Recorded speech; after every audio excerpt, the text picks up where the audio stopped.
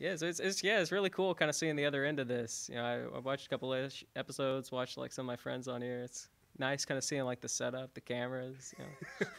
It's really like I tell people when they come in here for the first time, I'm like, it's essentially held together with like duct tape and chewing gum. Like that's what we've done here. I mean, it's kind of what we've had to do for pandemic times, is like kind of turn this space into a little television station.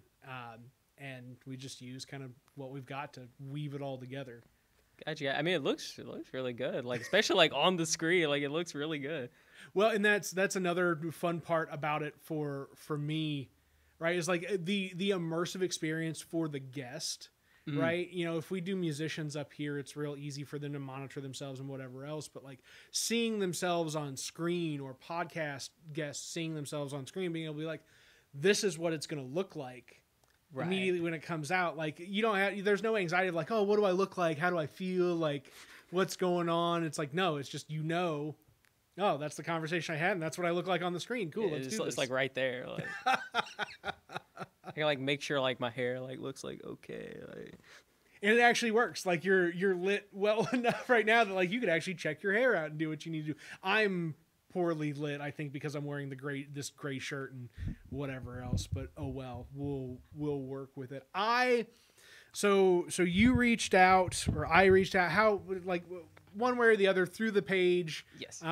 We interacted, and it was like, hey, like the show, would like to come on, would like to check it out, and I was like, yeah, coming on, like, let's do this, like, because A, it's always hard to book people, and B, like, you never know like what somebody's interesting story is until you like open up to being willing to like just engage them, right? And just in the short time that we've been talking, it's like you're not just a kid who came here for school. It's like you're a Southern Illinois kid.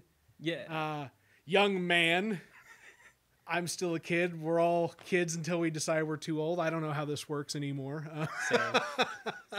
And so as we were talking leading into this, I was just really, really interested in some reflection on, the relationship with Carbondale as somebody who grew up in, a nearby town. For you specifically, Harrisburg. Like I'm kind of doing your own intro for you. I'm sorry. No, I don't usually hijack an interview like this, but here we go. Talking about coming here and spending time at Lost Cross, when you were a little bit younger than you are now, and talking about, getting into, the philosophy world of SIU, even though you didn't have Randy as a professor, like you spent time like with Randy just around, like going over to what do they call his house? What is the... It's like the American Philosophical Society, I think, or the American Society for American Philosophy, I think is what it is. But it's got American and philosophy in it. It's somewhere in there. Those two things combined. I hope that one day, hundreds of years from now, that somebody looks back on the American Philosophical Institute of Randall Auger's house, and it's like a thing. I love it. I love it so much. And so it's just, for me, getting into this, I'm excited to explore just everything that you've got going on. Part of the reasons why you want to be on the podcast and talk about what your work is, but also just the back end of what a kind of migration, what kind of a magnetism towards Carbondale is for just a Southern Illinois kid. And that's episode 54. Usually somebody gets to do kind of their own lead into their intro, but here I am hijacking this whole show. It is what it is. David Higgs III is my guest for this episode, WTF Carbondale podcast, where we talk to interesting people about their interesting lives and tie it all together with this little old place we call home, Carbondale, Illinois. And thanks, man, for now calling Carbondale home. I appreciate you for that. Yeah, I mean, I kind of knew I was going to, like, live here around the time I was about, like, 17, because I was like, I came over enough, I really liked the place, and I was like, I'm probably going to go to school here, and I'm probably going to wind up staying here for a while. Like, it just kind of has that, like, I like the word magnetism, right? It's a good term for it, especially for people around here. Like, you know, growing up, Carbondale's kind of the one place where there's stuff to do. So you're kind of just naturally drawn over here. Like, you know, if you like music, if you like coffee shops, if you like anything other than cornfields, like you want to come here. Like, oh man, I mean, you know, fair enough. I grew up in the midst of a cornfield, but that cornfield was only 3 minutes from town, so same. Like, so I grew up like in town in Harrisburg, but you know, there's not too much of a town like physically, right? Like, you know, you go a couple minutes in either direction, and you know, there's a field. Like, I remember when I was showing my now wife around Harrisburg for like the first time, and I'm like, okay, over here we got a field, over here we got a mine. There's the Walmart. Like, you know, that's kind of it. That's kind of the whole town right there. One day this can all be ours, my dear. Right, literally. Except maybe the Walmart. The Walmart stays with them. They keep the Walmart. Forbidden Walmart. I love that, man. It was always exotic, the drive from Carbondale to Harrisburg, which I didn't make often, but you would drive through Marion and everything would be normal. And then you would hit Harris, like the road to Harrisburg, and be like, it's 65 now. Right. And then like you're like, I'm doing 65 on a highway in the middle of not the interstate. This is very interesting. Right, 65. 65, this dude says. Well, you grew up coming from the other end of it, so it's like you guys, everything was a racetrack from the get-go. You dumped out of town and you were on your way. Yes. I remember my driver's ed teacher in high school booking it and making it to Marion in like under 10 minutes. Like, definitely going more than 60. He's not still the driver's ed teacher, is he? Because you might have just lost him a job. I actually, no, I don't think he is. All right, cool. So we're safe. Yeah, we're all good. We're in the clear. So what do you have like an earliest memory of like coming to Carbondale? Like, was it really like when you were a teenager, that's when things kind of started to click and you started to come over? Did you have like a, you know, oh, I was 8 years old and we came to see a movie and we went to go do this, or I came to the fireworks type thing? Actually, I do. I was 14 and I sang in the choir over at Harrisburg. Yeah. And we did like a choral competition or thing like over here on campus. That was my first exposure to the campus, really, was coming over and kind of, you know, wandering around and, you know, kind of meandering about. But yeah, that was my first memory of the town, of the city, was coming over. And we would come over before that. But, you know, we wouldn't really go around town. But that was like the first time I got to walk around the strip, walk around the campus, really take it all in. Yeah. Was when I was 14 over here for the choir competition. It's amazing how things change in a 10-year period. Yes, it was a different place.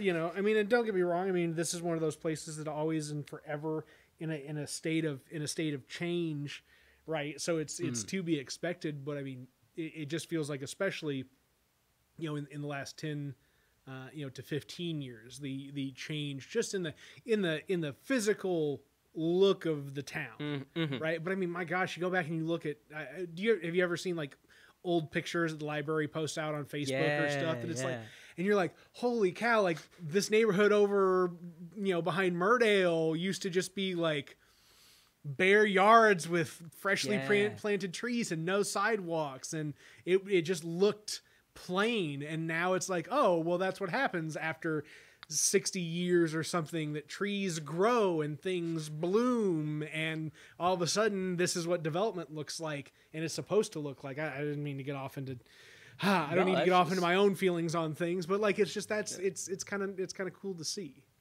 Yeah, it really is. And seeing other things, like seeing like the solar panels built in the last couple of years and things like that.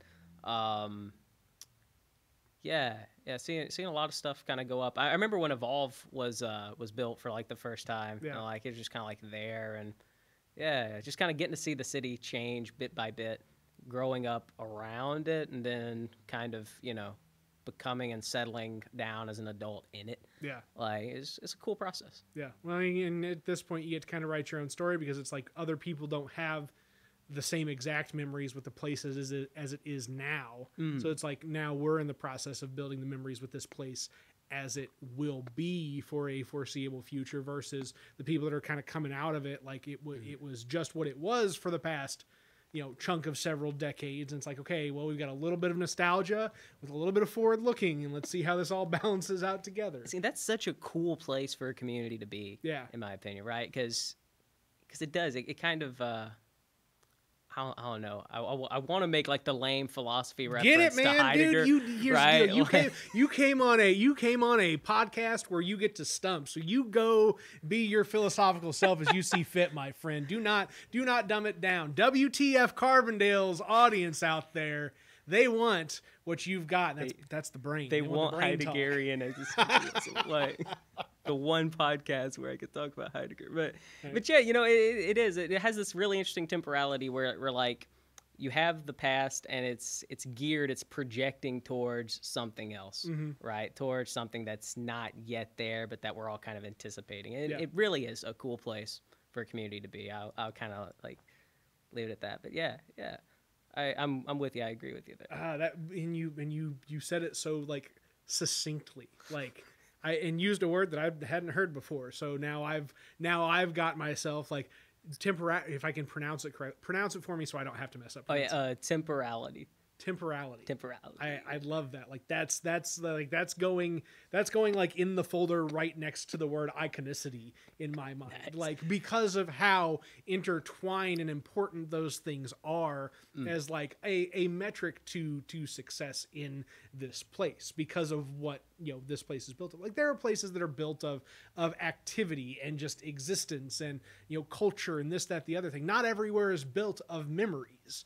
Right? Like we live in a very memory place. So we'll man, I'm so glad that we had a really good conversation leading into this podcast too, right? Because we get to connect all these things along the way, but I'm going to jump right back to you talking about, liking to see all of the renewable energy activity pop up. Yeah. And that's a part of the thing that's cool about what you're doing now is because you're working in this, renewable energy, social justice space, which is also like two very keen things to be involved in. Yes. While in Carbondale, while understanding memories of the past, while applying it to the vision of the future.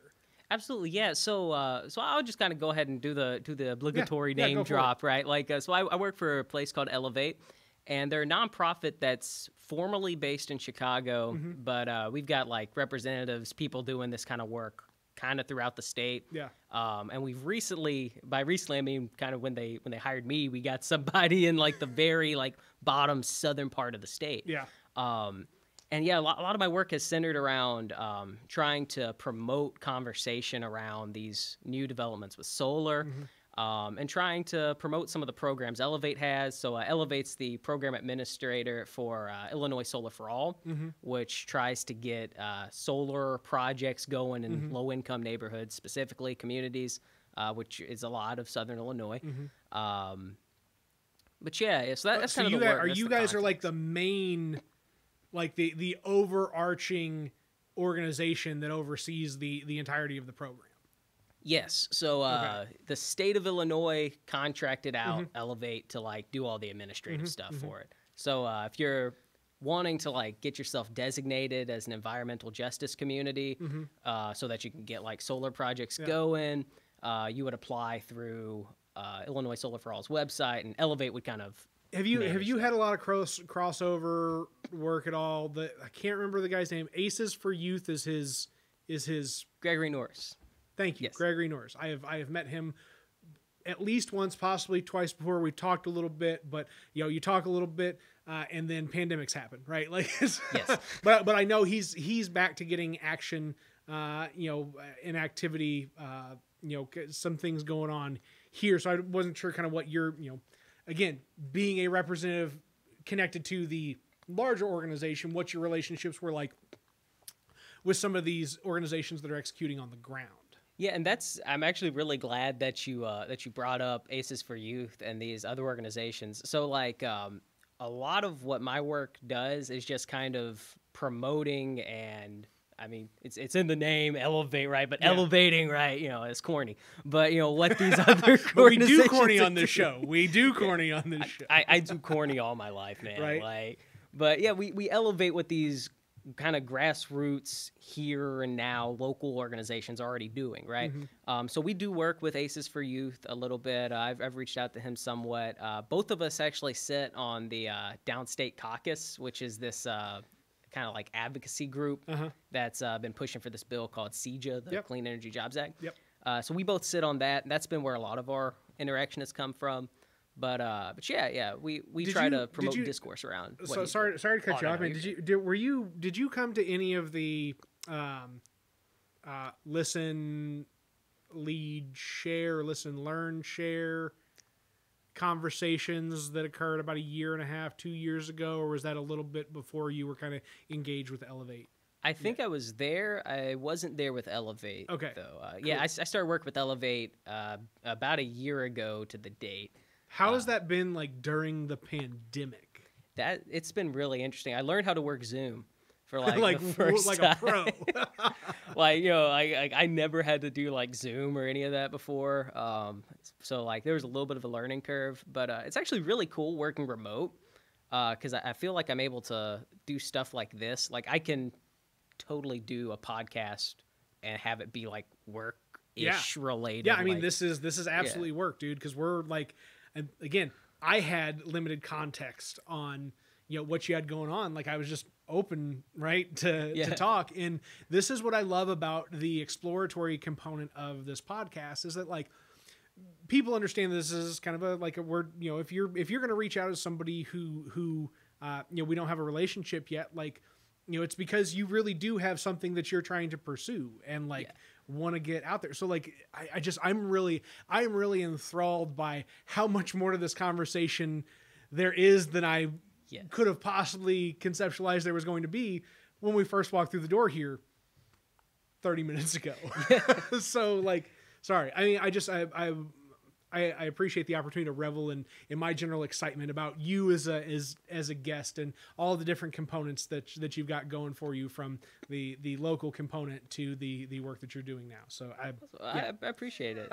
It's really cool to just get to talk, and you know, I guess this is kind of face to face. You know, this is like the first like face to face, even though it's across the room, right, kind of thing that I've been able to do since 30 feet in this day and age is still face to face, right? Yeah, it's the first face to face I've really been able to do since the pandemic started. So it's very refreshing for me as well. Very good. Very good. What are you engaged with Sunrise Movement folks at all here in Carbondale too, or? I share a lot of their stuff on Facebook. Very good. Know a couple people like personally. So some involvement with that. When I first started with Elevate, I did a little bit of work with some Carbondale Spring folks. Yeah. And especially Bo. Kind of working with like the Solar Southern Illinois stuff. So I did some stuff like kind of talking about what they were doing and trying to like get people educated on like community solar. So know a little bit about that kind of. You're tied in, man. You're everywhere you need to be. Like it's the thing is everybody kind of has just their role to play in it, right? And you like until you're in there and you're just like working on stuff, you don't really know quite yet like who all the players are and what your purpose is. And then like you get in, you start doing the work, you're like, it's just everybody rowing the same direction. Yeah. It's interesting. It's interesting that you mentioned that. Yeah. sports analogies for philosophical conversations. No, I don't do sports analogy. I don't know that rowing is a good sports analogy. Like is I mean, I can talk Heidegger all day. Like, you know, I think of Heidegger's analogy with the hammer, right? So he talks about how, like, you know, you don't really become aware of the hammer until the hammer breaks. But, you know, when you're using the hammer and when you're involved in work and you're absorbed in that, you know, all the kind of different components, like the individual components disappear and there's just the work and there's just the moment of doing the work, right? And it does sometimes feel like something similar when you're doing like any kind of activist work, you know, be it with a nonprofit in a more like kind of professional way or just on the ground organizing, right? You know, when you're at work, all the individual components kind of disappear to a point and you're just there with the work. Yeah. Like, I don't know if that makes sense. No, I mean, for me, it does. 'Cause it's like do you guide the work or does the work guide you? And the answer is both. Yes, yeah. Which arguably, I mean, maybe is a better, analogy than the chicken and the egg sort of deal. Like, what came first, the work or the worker? I don't. Chicken or the egg, the Heidegger or the hammer, the. Yeah. I probably botched that altogether, but I'm not as competently philosophical as many of my peers, including yourself. Now, I like being with somebody who is reasonably younger than me, and just feeling like, yes, I am outmatched in my space right now. Age is nothing but a number, and you're. I feel like that all the time, like especially when I was at SIU, like in these like philosophy things, like at the like agoras and stuff like that. Like there are so many people that just know like so much stuff, like really cool people doing some cool work. What drew you to like the economics and the philosophy together? I mean, is this something that like was just there from an early age, or is this something that you just kind of stumbled into and it was like, oh, this is a fit? So back in like 2012, 2013, right when the earthquake had happened in Haiti, I got really lucky and I was able to go and do some humanitarian work in Haiti. And I stayed there for like 3-4 weeks and kind of just saw like the conditions and everything. And I got really interested in poverty and inequality. And I wanted to know what kind of mechanisms drove that. So I started kind of reading then, and I had a kind of a rough idea that I wanted to do economics and probably philosophy too. So then when I got to college, I started out as an economics major. I took a class on philosophy of race, and I'm like, yeah, I'm going to go ahead and add this philosophy major too. So I added both of them, and that's just kind of what I did, yeah. Nice. And it fits in nicely, I think, with kind of what I'm doing and where I want to go. So yeah. Yeah. I mean, in philosophy of race. Yes. As a concept in Southern Illinois, right? Pepper Holder, who is an older black gentleman in town who has seen his fair share of life here. I mean, Pepper's got to be in his mid-70s at this point. And he would use the phrase. He talked about this on the podcast, but he talked about how he would use this as kind of his radio sign off. I'm in Southern Illinois. Too south to be north, too north to be south, but more racist than Mississippi. And I know because I've been there. Like that's his line, right? And it's like this is a place where things collide, and by virtue of their collision, the friction that exists because of that collision, right, of what is essentially, how am I best phrasing this? Because segregation isn't the right phrase to describe kind of what clashes here. But these different identities, one that embraces race as a like a critical component to existence, one that rejects it, right? And I'm trying to think through this in the most intellectual way possible to like steer what I'm saying into the right lane here, and just for that to be applied here, like in Southern Illinois, it's like it's so crucial, it's so key, not because it's somewhere like in New York or in California or somewhere where it's studied for the sake of pontification and I'm just going to think on it. It's like, no, we're going to get into it because the best way to understand something from an intellectual perspective is to actually experience it, exist in it, and live within it, and then try to, I guess, take the hammer to it and do some work. Yeah, I see what you did good, there. right? Yeah, there we go. But yeah. So I mean, what angle would you want to kind of? Sometimes I just like throw out lofty stuff like that. The guest will catch it and then run with it. So I think you got it. Yeah, I mean, you talk about like kind of framing race as like a critical component of stuff, and that's kind of like what philosophy of race really does. So like, my primer to that kind of subfield of philosophy was Charles Mills and his book, The Racial Contract.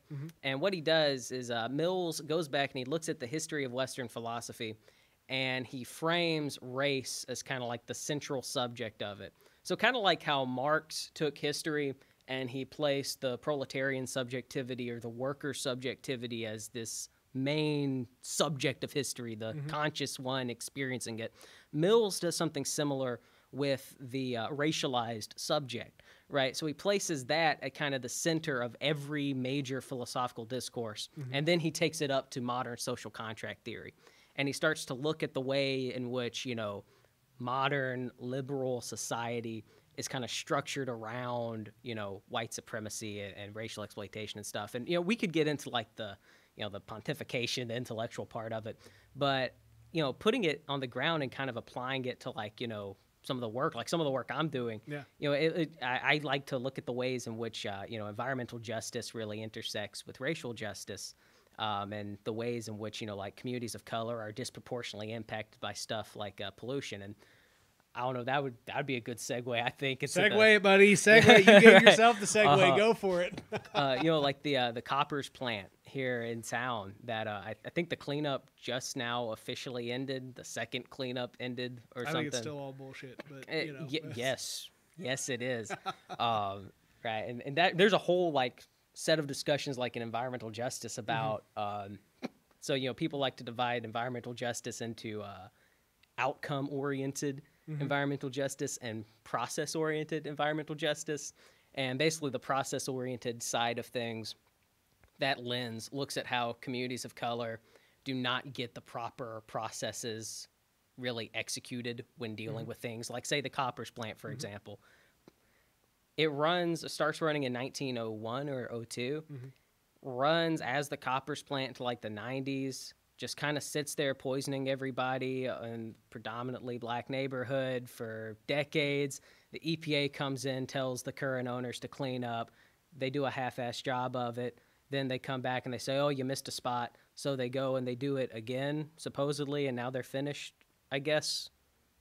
Yeah. Right. I mean, how is that procedurally? Driving by it and like looking at these plastic barriers that are set up on the side of it. Like I've driven by it on a very like wet and rainy day and like just seen the water pouring out over like the muddy top, or I mean, what I guess is not topsoil because it's, you know, it's the muddy excavation space. That's a good word, excavation.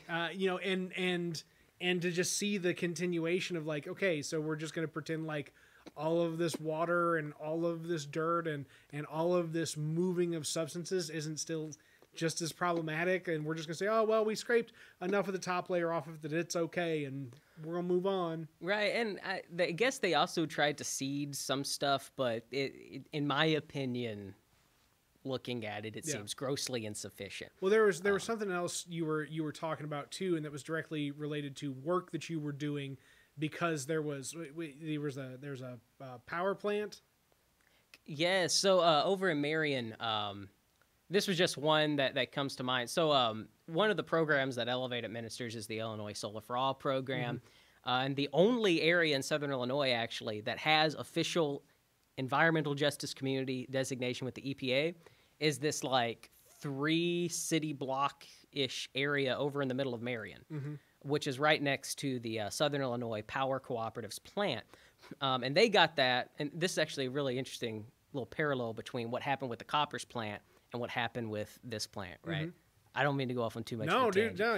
I believe you can keep all the things strung together. I trust you in your ability to navigate this conversation. No worries. So over in Marion, a demographically whiter area, they were able to get environmental justice designation, official EJ designation with the EPA, right? And they were able to do this, and it was a good reason why they were able to get it, because the Southern Illinois Power Cooperative's plant emits all kinds of carcinogenic substances. We're talking like SO2 particles, little bits of coal that are just maybe 1 or 2 nanometers long. They get breathed in, and I read one study. It was a couple years old, but they estimated it's something like 16 cancer deaths a year can be attributed to this plant, and that's still like going on. But they were able to get EJ designation for that. Here in Carbondale, the area around the Koppers plant still doesn't have actual environmental justice community designation, right? And really, the only difference is, you know, one area is wider, one area is blacker. Yeah. Right. And that's really it. That's like the only substantial difference. So what? So I mean, is this an ongoing thing that you can get a designation to occur? Like, yeah. So in Illinois, there's a couple ways you can go about getting a designation. One way is you can contact the EPA. It's kind of a harebrained bureaucratic process. Mm-hmm. You fill out a form, and that's that. Another way is to go through a program that requires you to get EJ designation, mm-hmm. like Elevate's program, and you can self-designate. In both cases, they use a handful of metrics. They use the pollution factor metric, so they actually look at how much pollution is around. Mm-hmm. In the case of Marion, I think the formal on-paper reason why they were able to get their designation was because of a higher level of SO2 in the air mm-hmm. relative to Carbondale, which only had stuff in the soil and water. Yeah, because that's so much better. Yeah. For some reason, the metric does, I believe, weigh air pollution heavier. Mm-hmm. I don't know why, but it does. But it looks at the pollution, looks at how much you actually have going on. They have another metric that looks at indexes for vulnerable populations. So they look at stuff like obesity rates, asthma rates, birth weights are a huge factor in that application, mm-hmm. health things, public health data. And then finally, the least weighted one is socioeconomic and demographic features of the community. Probably should be higher up in my opinion. Yeah. But that also goes into it, and that's a factor that goes into getting the designation. And you can fill out, so for example, if you wanted to get participation in ILSFA, right, you would designate whatever area of the city you wanted to get the solar thing in, right, that you want to be an EJ community.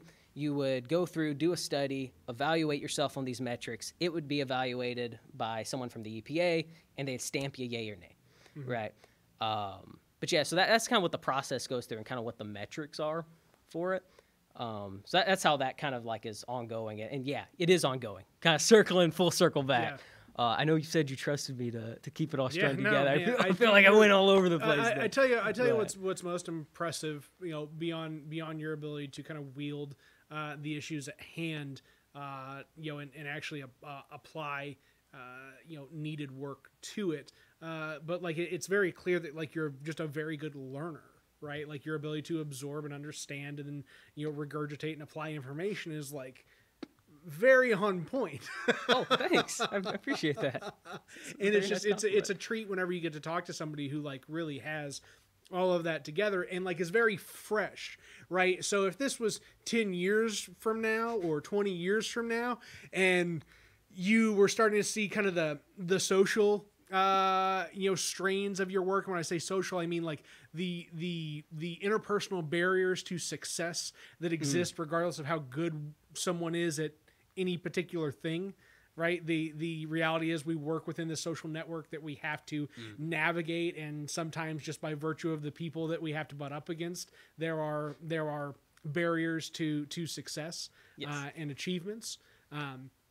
But like the difference between, you 20 years from now who has a bunch more knowledge because you've absorbed it up, but have like seen some stuff, right? Versus the you now that's absorbed a good amount of knowledge thus far for where you're at, but still has like the bright, starry-eyed like energy of somebody who's been doing it a couple years and hasn't had to like smash your head against as many brick walls yet as you're going to get to throughout the course of your, what I determine will be probably a illustrious career. I'm not sure. In the work that you do, my friend. Right. So yeah, that's I just your right place, right time. I appreciate the opportunity to capture you at this moment in this particular set of energy, and I hope this is something you'll be able to look back on years from now and be like, whenever you feel like you need to reassess and seek out this energy that you may feel like you miss at some point in time later on in life, because it'll happen. Nobody tells you you're 23 now. Nobody tells you how much 27 sucks. like 20. Like I'm telling you, I just had this conversation with another good friend of mine who I had on the podcast, and she, we were just talking through. She's just a little bit younger than I am. We were talking through. Yeah. Just that gray area from 25 to 30 where you're just like, why? And so, yeah, man, I'm fanboying out, or yeah, I'm fanboying out right now over the person that I've met today, and I'm excited to watch grow over time. It's neat. Thanks, neat. man. Anywho, You're gonna make me I digress. here. I keep going off on this stuff. The so Elevate's work expanding into downstate, is that part of the mandate from the state that it has to touch statewide to make this happen? Is this part of like legislation and policy in place that drives what you guys are doing? In part, but I think in larger part, it came about from a realization from some of my colleagues who were around a little before me that the organization needed to take its resources to where, well, it was needed, right? And especially when we talk about solar in particular, but not just solar, energy efficiency promotion programs, right? We do some of that too, where we talk about like different pricing options people can have to pay for the power, and not like alternative supplier stuff because that's a scam, but like different options like Ameren has. And what is some of the scam stuff out there in the solar world? Because I think that's a worthwhile conversation to have and differentiate of if you're fully aware of the things that aren't couth. So yeah, not even just strictly limited to solar, but so in Illinois, the way utilities are regulated, there's a distinction between the transmission business and the generation business, right? And in the generation sphere, you have people who sometimes aren't the best actors, who try to charge people too much, stuff like that. In the transmission sphere, you have just like Ameren, that just who owns it all. Right. Yeah. And that's actually a thing that, I can't take like an official stance on it, because you work for a nonprofit and there's politics involved. I work for a nonprofit and there's politics involved. But one thing I will say is there are currently like two bills before the Illinois House floor right now. One is the Clean Energy Jobs Act, and one is a bill that Ameren proposed, and a little piece of companion legislation that's in the Senate as well, that would allow them to move from transmission to also start owning all of the generation in solar. So they would own everything. Nah. So not just transmission, but generation too. Well, and the whole idea for solar, right, is decentralization of the generation of power. You put the power closer to where the people who need it are.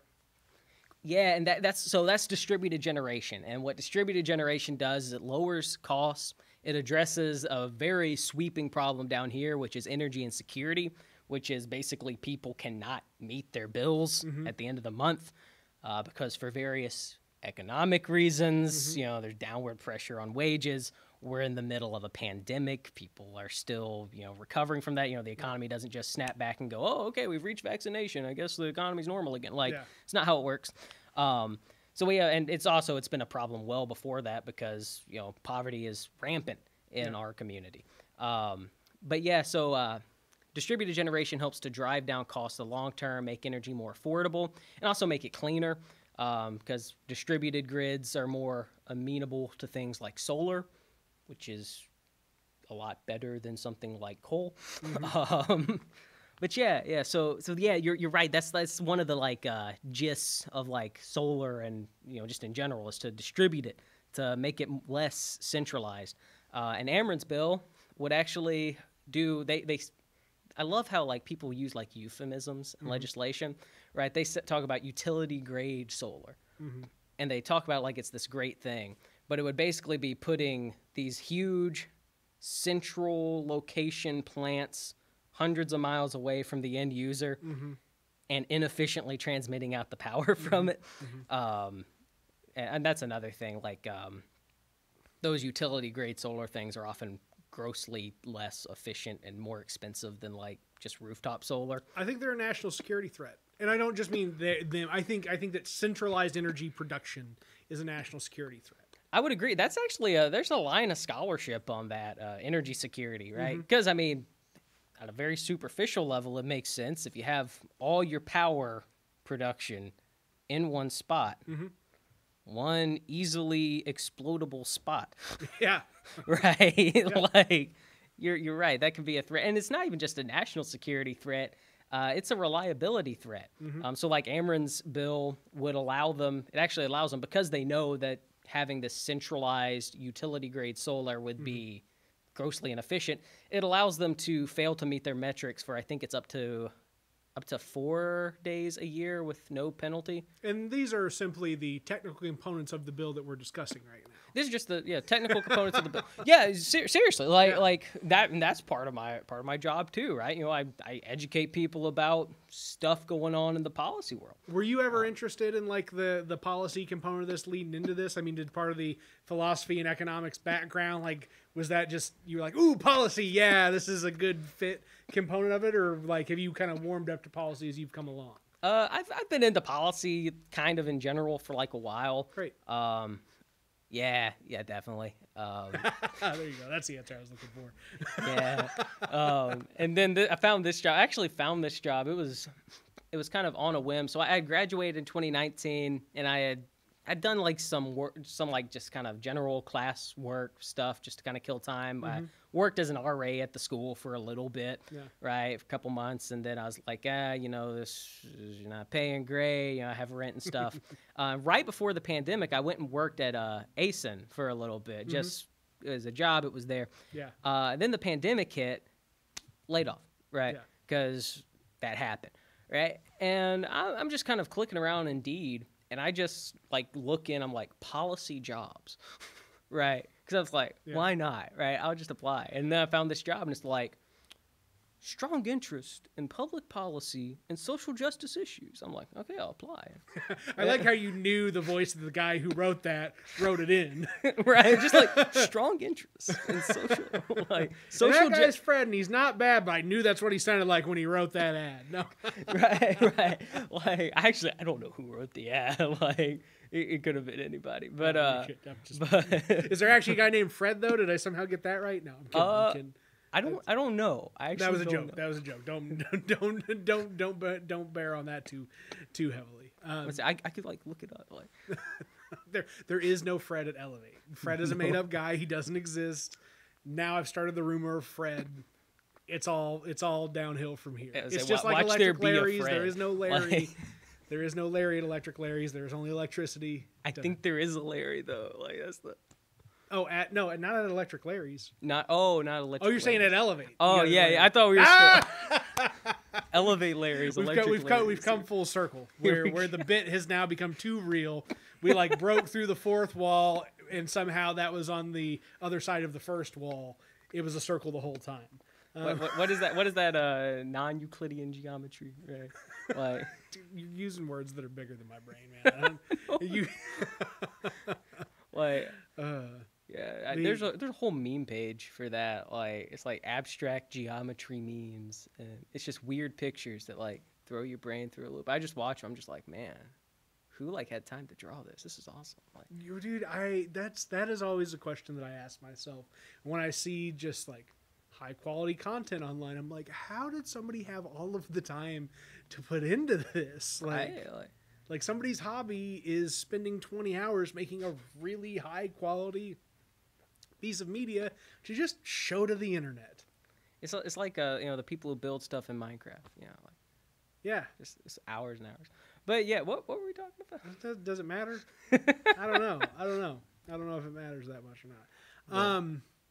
All right, we're kind of bouncing in some different places. I want to try and get away from what. Oh, come on, Nathan. Sorry, I'm hearing my phone buzz, and so I'm losing concentration as I'm trying to steer the conversation. Is there anything more on that bill that you want to wrap up on before I like touch back onto other things? Nothing really. Just that it's important for people to like know what kind of legislation is happening. Yeah. And and it has like very serious impacts for people and for social issues like energy and security, right? Because this bill would it would hike up people's rates. It would allow them to do that for a fixed period of time. That's like a couple decades, right? Yeah. Of just kind of unlimited rate hikes. It would continue what's called formula rate making, which allows them to make as many capital investments any way they want. There's actually a really interesting case a couple years ago. They were up in Ameren was up in like central Illinois, and they were doing some investments in the grid, and they were building power lines. And so the way formula rate making works is the more they invest, the more they get back, right? So they have an incentive to raise your bill to finance a bunch of kind of pointless investments. So they built, instead of building the power lines in a straight line, they built them in this like zigzag pattern just to take up more surface area and to make it more materials and more costs.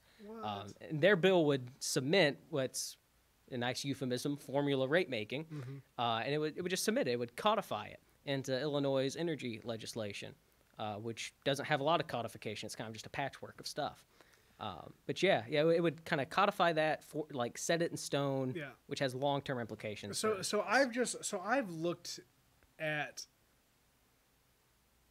CEJA following FEJA as just a given. Right. So like I get emails from a couple different sources on action items for CEJA and whatever else. And I got Zachary something or other, last name starts with a D. Just one of hundreds of people with all sorts of different organizations. I couldn't even tell you how I got on this email list. I can just tell you that it's there now. And so I read them when they come through, right? And I'm just like, action items on CEJA, like that's just a given. It's Illinois. We're going to push through CEJA. We already dropped through FEJA. That was a really good running start at what we need to deliver on as a state for renewable energy. Like, why even worry about it? But like, I was not well informed enough to understand the competing interests, and balance of policy that, whereas FEJA itself, I don't know if there was a challenging piece of legislation to that at the time. But with that just going through, assume CEJA goes through, but understanding that CEJA now, has essentially competing legislation that needs to be understood and balanced out of the conversation, to ensure that the right legislation is pushed through. And it's really important, in my opinion, to do that kind of, just let people know, because, the people, we don't have the resources on our side. Whereas Ameren has, at this point, already formed a proxy group called Downstate Energy and has been pouring, I think it's like $12,000 a day. They've spent like $60,000 so far in Facebook ads to promote their bill just on social media. There's a lot of dark money, a lot of regulatory capture going on. I think it was, I can't remember the economist's name. I think it was George Stigler wrote the Economic Theory of Regulation, where he talks about how the regulatory process, whenever you try to regulate some kind of large, powerful business interest with a lot of capital and hence a lot of clout politically, they will try to capture that and push the regulation towards their interests. And it's really interesting because before they came up with this bill, before they lobbied for it and had senators come up with this bill, or House representatives, they were very kind of opposed to any kind of renewable energy, right? Their preference would be to have outdated coal plants that always shut down, because when it shuts down a formula rate making structure, they're able to pass on the cost back to the consumer and basically claim more money for the obsolescence of it because it increases their rate base, right? They were wanting to keep this old kind of structure, right? But when it became apparent through CEJA and through just kind of, as we were talking about, just this kind of progression of things, right, that solar and renewables were going to be in the picture, they tried to capture the process and push it in their interest. Good to know. Good to know. Man, I'm going to pick your brain so much more now that I know you exist in my world. Oh, okay. I mean, it just really is cool. You are bringing to the table a very plain explanation of what's occurring, right? Because one of the other difficult components of addressing these policy shifts and the interests that participate in them in the times that we live is having the what are essentially community translators to bring that in, right? And that's a part of what your work is through this nonprofit. That's exactly what Elevate is all about. It's, fostering these conversations around policy, around renewable energy, environmental justice, sustainability, and just kind of empowering communities to take this kind of stuff and put it in their interest instead of the interest of large utilities with a lot of capital and power. Why'd you get married so young? Because I love my wife. That's beautiful. Yeah, How'd you guys meet? So we actually met on campus. I won't go into the specifics of what I was doing. I dropped my books, and she was rollerblading by, and somebody dropped a slushie. I don't know. Well, actually, I was inviting her to a political rally, and very good. She said no, because she worked for the DE, and she thought I was trying to get coverage, right? So I was like, I came back again, and I invited her to another political rally, and then we just started talking about politics and just life. And yeah, just fell in love, got engaged a year after that, was engaged for a year, then got married. That's a reasonable timeline that you just presented for courtship. Oh, I thanks. think, a year dating, a year engaged, if you can make it through those 2 steps towards marriage, hey, whatever adult age you may be, go for it, my friend. Exactly. Yeah. Especially the engagement. Like, I think that's like the critical one, right? Like, set a year. Yeah. If you make a year, you're good. Did you guys get married before the pandemic? During. We got married in August. What was it like getting married during the pandemic? There were not many tables, and we had to get like a big venue. Yeah. But yeah, it was a nice ceremony. My dad actually facilitated, officiated, whatever the word is. Is your dad a pastor? Yeah. There you go. So, now it's coming together. Yeah. David Higgs III, son of Pastor Reverend David Higgs II. I've tried to keep my cursing, if anything, to a minimal on this one. So don't worry. I called the EPA's efforts half-assed at one point, so you're good. That's phenomenal. Well, okay, cool. Well, the get married's one thing, but now you got me way more interested as being a preacher's kid, because that's all, man. It's a very good friend of mine, Michael. He is the son of a preacher, and he himself is a preacher. He actually went to Vanderbilt and is a chaplain now in Minnesota at a large hospital network and whatever else. And it is truly inspiring to see what this generation of pastoral children have gravitated towards in terms of like what they deem to be the arc of justice and God's will, and like what it is to walk in the path of Jesus, right? Like these are things that are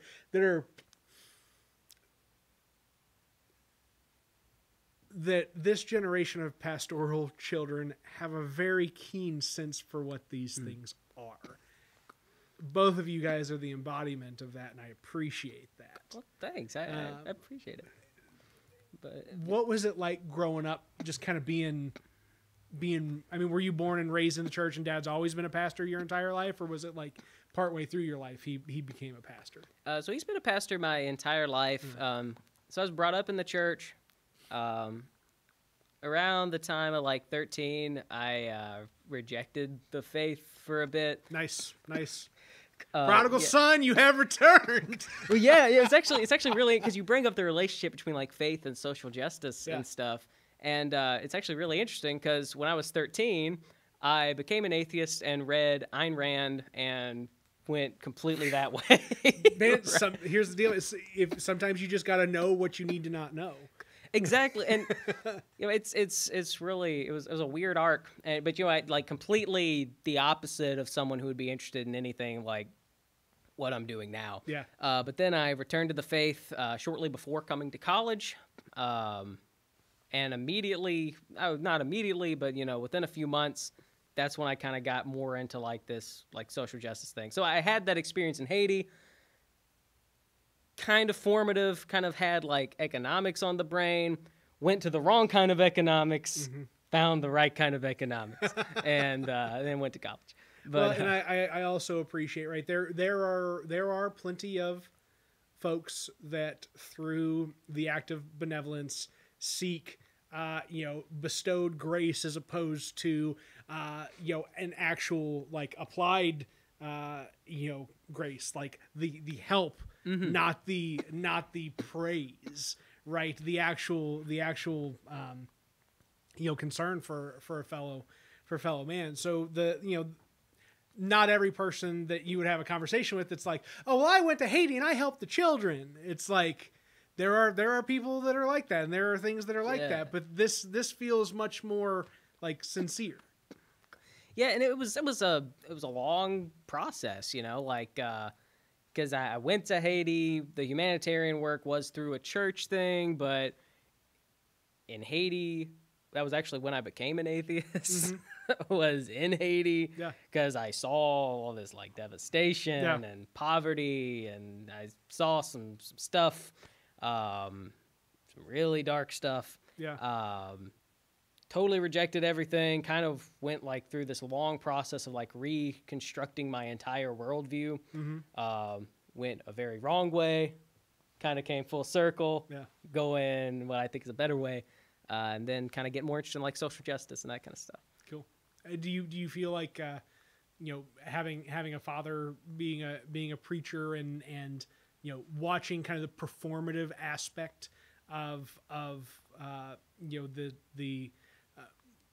the religious component, yes, but like the actual working component of the performative aspect of religion kind of help to steer you into activity where you feel like part of what you can do is like take a stand and be a voice and like get out there and out front of an issue. Yeah. So, when I converted or reconverted, whatever you want to call it, came back. I like that. Yeah, when he came back. When I came back, right? I was always I kept rereading the Book of James over and over, and there's that whole bit about how faith without works, it's dead. Yeah. Right. It's not actual faith. If you don't work it out, if it's just kind of there as like in the background, this abstract, completely transcendent kind of guy in the clouds, God kind of view, whatever, that ain't it. Yeah. That's just not faith. It's working on the ground, and religion that is pure and undefiled is this, to attend to the widow in their time of distress, and being with the poor, tarrying with the poor, and working with the poor, and that's what the faith is. So like I was kind of like, if I'm gonna believe this, I kind of have to do it. And it's like, well, what do? You help people, and then when you have that mindset and you take it and you look at, a white supremacist society with gross inequality across the world and imperialism and neocolonialism, the answer of what working out your faith is becomes really apparent. It's addressing that. Yeah. I'm so glad you've spent time in the American Institute of Randall Auxer's house. It's just it's a fit, man. It's a fit. It's just I gotta have Randy. I gotta have Randy on this show. I hadn't yet thought about Randy as a guest, but Randy's gonna be a phenomenal guest. It's gonna Randy would be a great guest. Randy's just good people. It's when he's just fun to engage with. Yes. And he gets it just as well, right? And he'll communicate at any one person's level with them in time. I don't know what he's like as a professor, but then again, neither do you, so we don't have to worry about it. Yeah, I never had him as a professor. I just went over to his house. So I had a buddy of mine who did have him as a professor, and this was before the American Institute for Philosophy, kind of like coalesced. And before that, Dr. Auger would just have these reading groups at his house. And I would go over with a friend of mine who was a grad student, and I would just sit there and I would kind of do the readings. And, I was a big Kant guy in undergrad. He did a reading on Kant's Third Critique. He talked about like aesthetics and stuff. Completely blew my mind. Like just his like reading of it. Like, Kant's kind of boring. Not with Dr. Auger. He makes them really fun. Have you always been a reader too? Yeah, I would say so. I was a really bookish kid.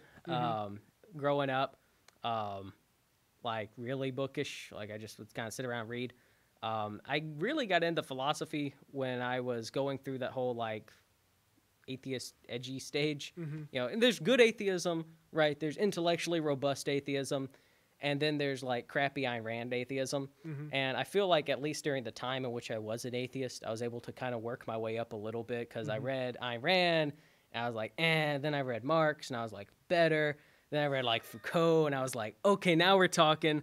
Then I converted, and then I'm like, oh crap! And then I went to college, and I'm like, so okay, I'm not a philosophical literature consumer myself, but from what I understand, Ayn Rand and Marx are not on the same side of the political spectrum, correct? No, and that's what I mean when I say like it was this process of getting to like, you know, kind of a worldview where social justice is like center, which ultimately led to me like, you know, taking a job with Elevate and trying to work on these environmental issues.